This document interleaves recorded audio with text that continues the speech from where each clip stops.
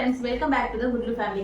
இப்போ நம்ம இந்த வீடியோவில் எதை பற்றி பார்க்க போகிறோம் அப்படின்னா, நமக்கு யூபிடி கார்டு, அதாவது யூரின் ப்ரெக்னன்சின்னு சொல்லுவாங்கல்ல, அந்த கார்டு பாசிட்டிவ் ஆனதுலேருந்து டெலிவரி வர நம்ம என்னெல்லாம் பிளட் டெஸ்ட் எடுப்போம், என்னென்னா ஸ்கேன்ஸ் எடுப்போம், அப்புறம் அந்த ஸ்கேன்ஸோட இம்பார்ட்டன்ட் என்ன, அந்த பிளட் டெஸ்ட்டோட இம்பார்ட்டன்ட் என்ன, அந்த ஸ்கேன் நம்ம என்னெல்லாம் பார்க்க முடியும், நம்மளுக்கு எடுக்கலைன்னா என்ன மாதிரியான ப்ராப்ளம்ஸ்லாம் வரும் அப்படிங்கிறது எனக்கு தெரிஞ்ச விஷயத்தை நான் ஷேர் பண்ணியிருக்கேன்.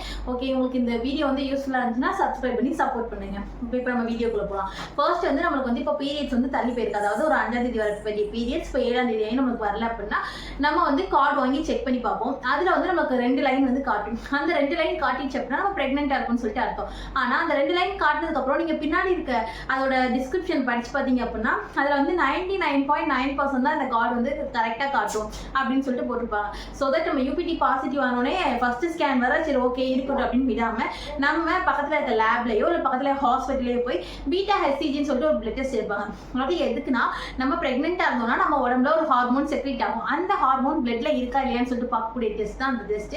அந்த டெஸ்ட் வந்து நம்ம ஒரு 600 ரூபாய் 700 ரூபாய் இருக்கும். ரொம்ப சின்ன லேப் போனீங்கன்னா 400 ரூபாய் 300 ரூபாய் இருக்கும். அந்த டெஸ்ட் நம்ம எடுத்துட்டோம்னா அதை நம்மளுக்கு கன்ஃபார்மாக பாசிட்டிவாக நெகட்டிவான்னு சொல்லிட்டு தெரிஞ்சிடும். ஸோ தட் நம்ம அதை வாங்கி வச்சுக்கலாம். நெக்ஸ்ட் நம்ம ஃபர்ஸ்ட் ஸ்கேன் எப்போ எடுப்போம் அப்படின்னு பார்த்தீங்கன்னா, நெக்ஸ்ட் நீங்கள் டாக்டரை போய் கன்சல்ட் பண்ணிக்கலாம். கன்சல்ட் பண்ணிட்டு சில பேர் வந்து 5th வாரத்தில், அதாவது 5வது வாரத்தில், டாக்டர்ஸ் வந்து எப்போவுமே குழந்தை கணக்கு வந்து வார கணக்கில் தான் சொல்லுவாங்க.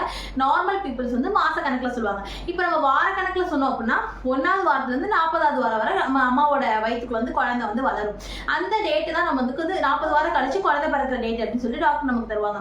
ஆனால் எல்லாத்துக்கும் 40வது வாரம் வரை குழந்தை பிறக்காது. அது என்ன ஸ்டெப் பை ஸ்டெப்பாக வரும்னு சொல்லிட்டு நான் இனிமேல் வீடியோவில் சொல்கிறேன். இப்போ வந்து நம்ம பீட்டா ஹெச்சிஜி எடுத்துட்டோம், நமக்கு பாசிட்டிவ் வந்துச்சுன்னா சில பேர் 5வது வாரத்தில் ஸ்கேன் எடுப்பாங்க. அது வந்து குழந்தை வந்து கர்ப்பப்பைக்குள்ளே இருக்கா இல்லையான்னு சொல்லிட்டு பார்க்குற ஸ்கேன். ஆனால் மோஸ்ட்லி இது வந்து நிறைய பேர் பண்ண மாட்டாங்க.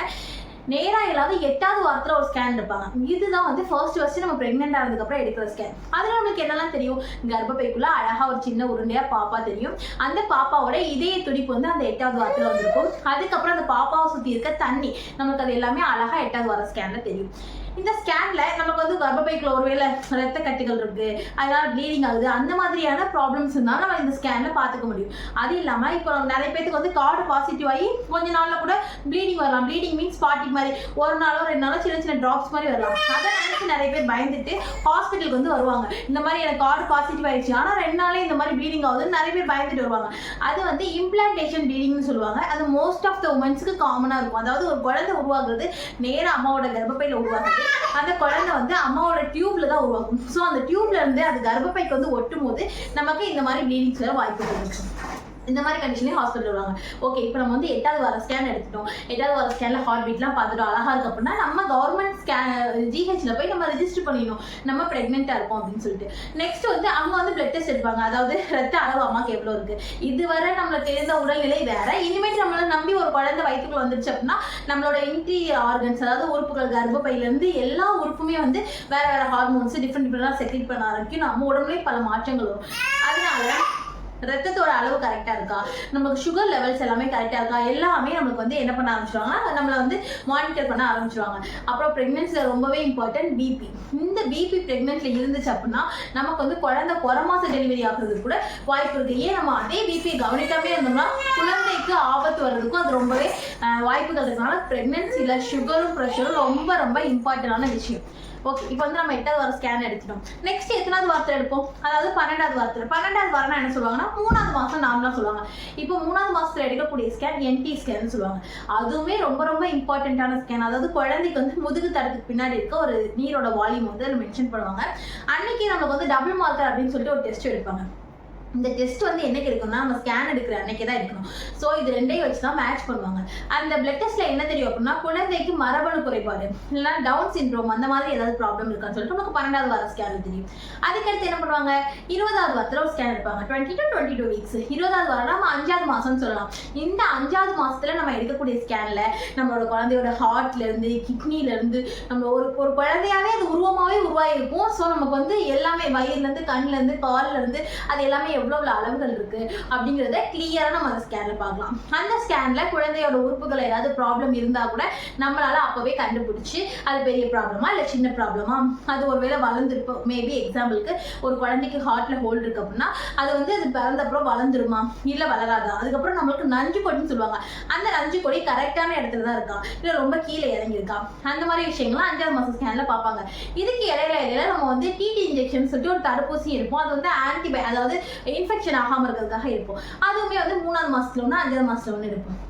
இந்த 20வது வாரம் ஸ்கேன் முடிஞ்சிருச்சு, 5ஆவது மாசம் முடிஞ்சிருச்சுன்னா அடுத்து வந்து 7ஆவது மாசத்துல நம்ம வந்து ஒரு ஸ்கேன் எடுப்போம். இந்த ஸ்கேனை growth ஸ்கேன் சொல்லுவாங்க. இப்போ நம்ம குழந்தைலாம் வளர்ச்சி இருக்கான்னு எல்லாமே பார்த்துட்டோம். அடுத்து குழந்தை வெயிட் போட்டிருக்கான்னு பார்க்கணும் இல்லையா? ஸோ குழந்தை எவ்வளவு வெயிட் போட்டிருக்கு, குழந்தையை சுத்தி இருக்க தண்ணி வந்து ரொம்ப ரொம்ப முக்கியம். ஒரு பலூனுக்குள்ள தண்ணி இருக்க மாதிரி, அந்த பலூன்ல தண்ணி வெளியே வந்துருச்சுன்னா அந்த பலூனை காப்பாற்றவே முடியாதுல்ல.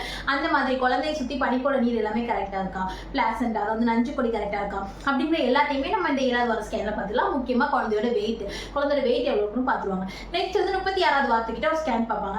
இது ஒரு 8 மாசத்துல பார்க்கலாம். இதுல குழந்தையை சுத்தி தொப்புள் கொடி ஏதாவது சுத்தி இருக்கா, தலையை சுத்தி குழந்தை வந்து என்ன பொசிஷன் இருக்கு, அதாவது குழந்தை வந்து தலை வந்து அடியில் இருக்க மாதிரி பொசிஷன்ல இருக்கணும்.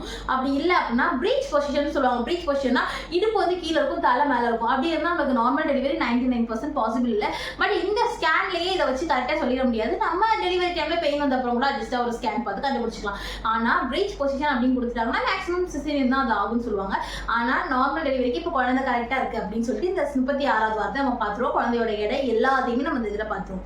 நெக்ஸ்ட் இருக்க 4 வாரம் ரொம்ப இம்பார்ட்டன்ட். நம்மளுக்கு வந்து அதிகமாக பெயின் வர மாதிரி இருக்கும், வயிறு பெருசா இருக்கும். நமக்கு வந்து பெயின் வருது நார்மல் பெயினா இல்லைனாலும் டெலிவரி பெயினா அப்படிங்கிறது கூட நமக்கு தெரியாது. நம்ம ஃபர்ஸ்ட் பிரெக்னெண்டா இருந்தோம் அப்படின்னா இதே நமக்கு வந்து இப்போ டெலிவரி பெயின்னா இப்போ ஒரு 7 மணிக்கு வலி ஆரம்பிக்குதான், அடுத்து 7:05க்கு வலி வரும், 7:10க்கு வலி வரும். அந்த வலி வர டைம் வந்து கரெக்டான இடைவெளியில் இருக்கும். அது இல்லாமல் நல்லா ஸ்ட்ராங்கா இது லைட்டாக ஆரம்பிக்கிற பெயின் ஸ்ட்ராங் ஆகிட்டே போகும். நம்ம வயிற்று தொட்டு பார்த்தோம்னா கல்லு மாதிரி இருக்கும். இது வந்து அதாவது டெலிவரி பெயின் இல்லாமல் சும்மா இப்போ வந்து யூரின் இன்ஃபெக்ஷன் அந்த மாதிரி கூட சில பேருக்கு பெயின் வரும். அது மாதிரி வருது கரெக்டான இடைவெளியில வராது. அப்புறம் அந்த பெயினும் ரொம்ப ஸ்ட்ராங்கா வராது. அந்த மாதிரி இருக்கு. இந்த மாதிரி சிம்டம்ஸ் வந்தா நம்ம உடனே போய் டாக்டர் போய் பார்த்துக்கணும். அதுக்கப்புறம் நமக்கு 38வது வாரம் ஆயிடுச்சு அப்படின்னா குழந்தை பிறக்கிறத வந்து நெருங்கிட்டோம். சில பேருக்கு 40 வாரத்துல பிறக்கும், சில பேருக்கு 38 மோஸ்ட்லி 38வது வாரத்துல பிறந்துரும். நமக்கு பெயின் வர ஆரம்பிச்சுன்னா ஹாஸ்பிட்டல் அட்மிட் பண்ணுவாங்க. அப்புறம் நமக்கு ஒரு அழகான குழந்தை பிறக்கும். அதுக்கப்புறம் அந்த குழந்தை வந்து ஹாஸ்பிட்டல் வச்சு என்னெல்லாம் டெஸ்ட் பண்ணுவாங்க, ஒரு ரெப்ரேட்டம் ஆச்சுன்னா என்னெல்லாம் பண்ணுவாங்க, அதுக்கு என்னென்னா இன்ஜெக்ஷன்ஸ் கொடுப்பாங்க. தென் அதுக்கு வந்து இப்போ மஞ்சள் இருக்கு, லைட்ல போட்டிருக்கோம், அந்த மாதிரிலாம் சொல்றாங்க. அதெல்லாம் என்ன ரீசன்காக பண்றாங்க, இந்த மாதிரிலாம் உங்களுக்கு தெரிஞ்சுக்கணும் அப்படின்னா நீங்க எனக்கு கமெண்ட் பண்ணுங்க. நான் நெக்ஸ்ட் வீடியோ கண்டிப்பா போஸ்ட் பண்றேன். Until thanks for watching. Subscribe for more videos.